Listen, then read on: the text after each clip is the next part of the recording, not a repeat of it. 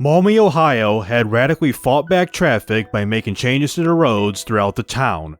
They reduced their uptown street from 4 lanes down to 2, changed up the Anthony Wayne Trail's traffic lights, reduced speed limits, and added a long, multi-use pathway along the trail. In this video, I'll highlight their changes they have done for the past 7 years of what the 2024 Strongest Town winner had done in an attempt to improve driver and pedestrian safety. Hey guys, it's TRIZE here, literally, and I'll start off by highlighting the Anthony Wayne Trail, aka US 24. One of the many big changes they have done here at this intersection is closing off Maumee's side of South Detroit Avenue, adding a multi-use pathway for pedestrians and cyclists in the vicinity, and most recently, updated traffic lights to conform to the new traffic conditions.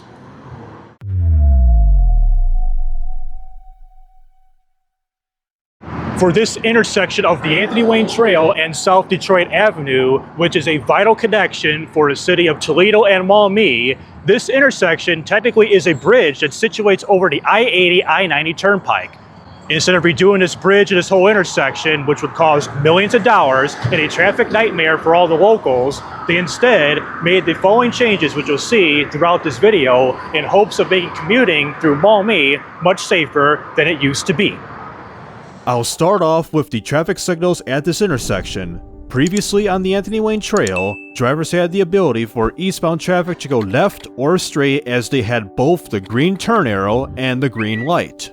For westbound traffic, it was a green light to go straight, right, or turn left with the green turn arrow to South Detroit. And for South Detroit Avenue, drivers had the ability to go left, continue straight, or turn right onto the Anthony Wayne Trail. For the new traffic lights that were first deployed on September 13, 2024, drivers on the Anthony Wayne Trail must yield to turn left for those who are going eastbound and to head northbound on South Detroit Avenue. Westbound traffic had the right-of-way when going straight, and South Detroit traffic now have a separate green light to green turn arrow cycle, clearing more traffic to turn right. There were many complaints with the Ohio Department of Transportation that these brand new traffic signals implemented recently had caused many confusion with the local drivers who are used to driving on the old traffic signals, especially when they had the right-of-way to turn left. Recently, they have responded to those complaints by once having a left turn yield and a left turn arrow on the westbound side of the Anthony Wayne Trail with a dedicated left turn arrow if you're to go westbound into northbound South Detroit Avenue. It's unsure if these changes will be made final. A couple of examples of how drivers were confused of the new changes. Here's one video I caught of a Jeep driver on my dash cam who was in the middle of the new multi-use pathway, who was directed off by a cyclist. The driver drove on the pathway, down someone's lawn, and into the adjacent street. Another one was a driver who inadvertently stopped in the middle of the intersection near this crosswalk, causing a slight backup. And if I give a rough estimate on how much distance there is between stop lines on US 24, drivers must travel up to 1/10 of a mile through the intersection, which may be understandable to some drivers on why they may be confused and have a lack of judgment should they yield to a driver when they turn left, as the speed limit on this road is 50 miles per hour. This appears why they have opted to have a separate left turn arrow instead of giving a green yield as it used to be when they changed the traffic lights. For pedestrians, there are significant changes to the vicinity by adding more crosswalks and a new multi-use path for cyclists and pedestrians alike. This multi-use path has never been along US 24, which spans from this intersection of the trail in South Detroit all the way up to Ford Street in the outskirts of Maumee, which gives more people a peace of mind when walking or cycling. And to highlight the new pedestrian crossings here, if you were to cross the trail near this gas station on South Detroit, you have a pedestrian refuge island in between this junction where you can cross the trail again to fully cross it. For those crossing the entire extent of the trail on Maumee's side, you have to cross about 100 feet of road to get to the other side of South Detroit. In highlighting the removal of South Detroit in Maumee, they have now extended a cul-de-sac and a wider sidewalk to make use of the existing trail that connects into the city of Toledo. This is still under construction as seen in this dashcam video before I started making this little snippet here.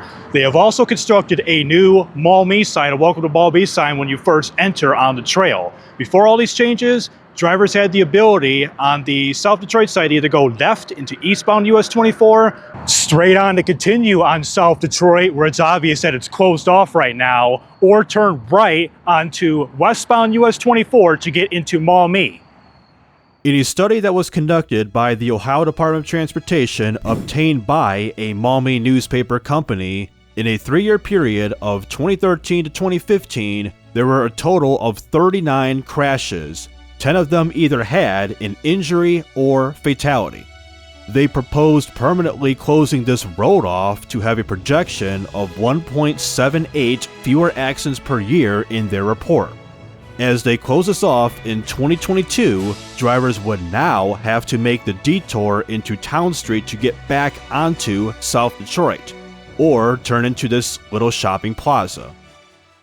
Speaking of Town Street, in around 2017, they constructed a new intersection as drivers used to on the eastbound side can turn right onto Town Street or into the shopping plaza right next to me. Now, drivers in both directions can enter on the street or turn into the shopping plaza. Now, let's head further down the trail and discuss the new changes to their speed limits.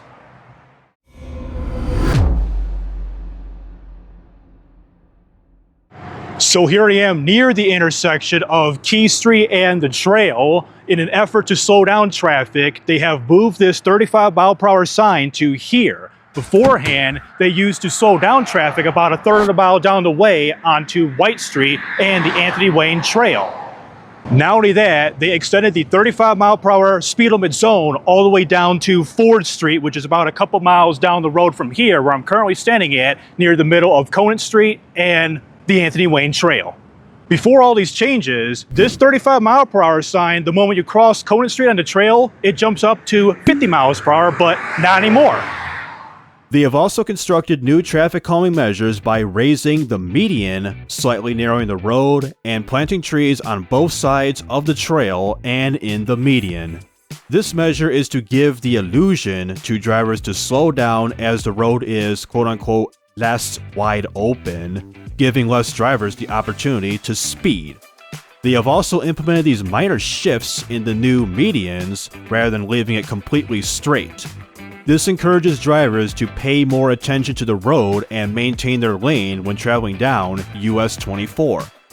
Another traffic calming measure they have done, which was controversial at the time for locals, was reducing their vital street from 4 lanes down to 2, adding street parking and constructing these arches that cost over $150,000 for 4 of these to taxpayers. This action, according to locals, still remain a disputed topic. And to add on about River Road, which turns into Broadway Street, they added this median to keep drivers in line instead of going near the yellow line for drivers who are turning left. As seen here, it was a very common occurrence for drivers to hug the yellow line in order to get in line to turn left. For drivers who are going straight, they didn't have to do any of that. If you were to turn right onto Broadway Street from Conant Street, drivers frequently tend to take this turn at single-digit speeds. This rework at this intersection gives drivers the illusion to think that if they take this turn too fast, they will hit a car stopped at the stoplight. This traffic calming measure, based on drivers' psychology, hopes to slow down drivers to reduce accidents for pedestrians and motor vehicles. Now, let's head down to the big topic of this video, which is Conant Street in Maumee, Ohio.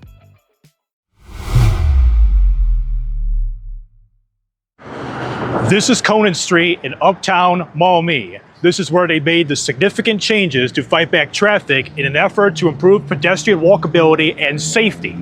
As I've mentioned, Conant Street used to be a 4-lane street with 2 in each direction. Now it's a 2-lane street with 1 lane in each direction. This road dieting effort first took place in October of 2020 as an experiment to slow down traffic. This change became final when City Council members unanimously approved the lane reductions on Conant in March of 2021. And about the street, there are about 33,000 cars a day that travel down this road on average, according to a report from ODOT.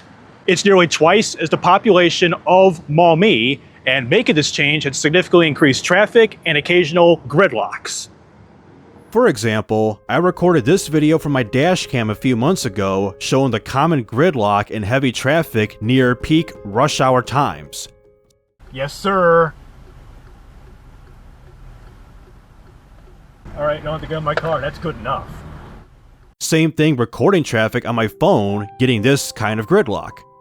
And in addition to an increase in traffic, this can be blamed on driving behavior.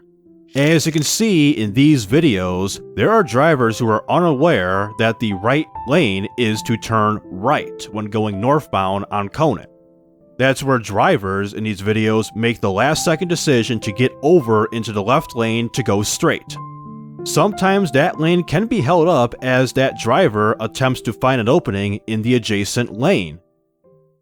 With these new changes on Conant Street, drivers tend to use the side streets in hopes to get into their destination faster. A popular street that I'm currently on is River Road, and people tend to take River Road because there's less lights and less traffic, according to some people.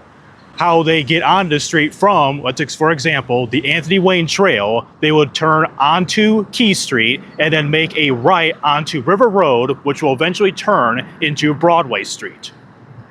This 1-mile drive on the side street takes about a few minutes to get to Conant. In a side-by-side video comparing the drive time of taking Conant Street all the way versus taking River Road to Conant Street, on the left, the Conant Street drive takes 4 minutes 59 seconds flat, and the drive from Key Street to Conant takes 2 minutes 52 seconds 933 milliseconds.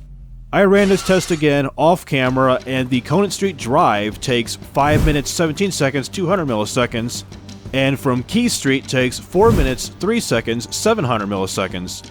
These times are used as a general reference as there's some discrepancies due to minor speeding and varying traffic conditions.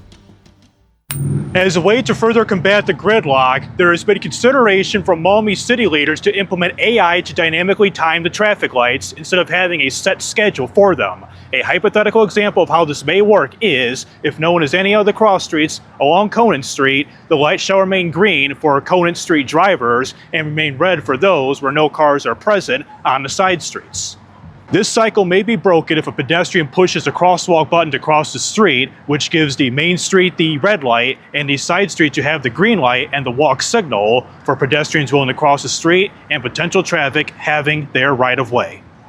More about these changes, they have added a couple of new crosswalks that cut through the middle of Conant, like this one here in the middle of the Uptown District next to this arch, and this one near the bridge. They serve as an additional option for pedestrians to cross the street rather than solely relying on a street corner.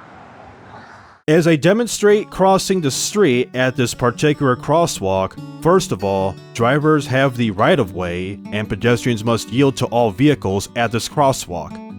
So when crossing the street, I must wait for traffic to clear on northbound Conant. When it's clear, I cross that part of the road and end up at this pedestrian refuge island. Then I wait for southbound traffic to clear up and cross the street when it's safe. I ran the same test again by waiting for southbound traffic to clear up. By the time I reached the refuge island, this driver in the minivan decided to yield to me, holding up her lane, but drivers in the other lane were still going and did not yield to me. I do give credit to her for making an attempt to yield to a pedestrian, even though this crosswalk is not required for drivers to yield to any pedestrians. I believe a potential solution, should drivers need to yield, is to implement a basic yield to pedestrian sign, but it probably wouldn't work due to the new arches preventing any signage to yield to pedestrians when entering or waiting at those crosswalks. If they didn't exist, such signage would be possible for drivers to be better warned if they need to yield or continue on as normal. This would improve efficiency for pedestrian traffic to give more options to cross the street rather than solely relying on a signalized street corner. And right next to me at the crosswalk I've demonstrated, this used to be a three-way intersection of Conant Street and Harrison Street, and that street has been closed off with these new traffic pattern changes.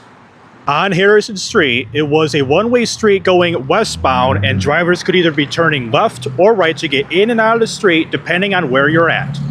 However, traffic was unable to go eastbound because they will be heading the wrong way.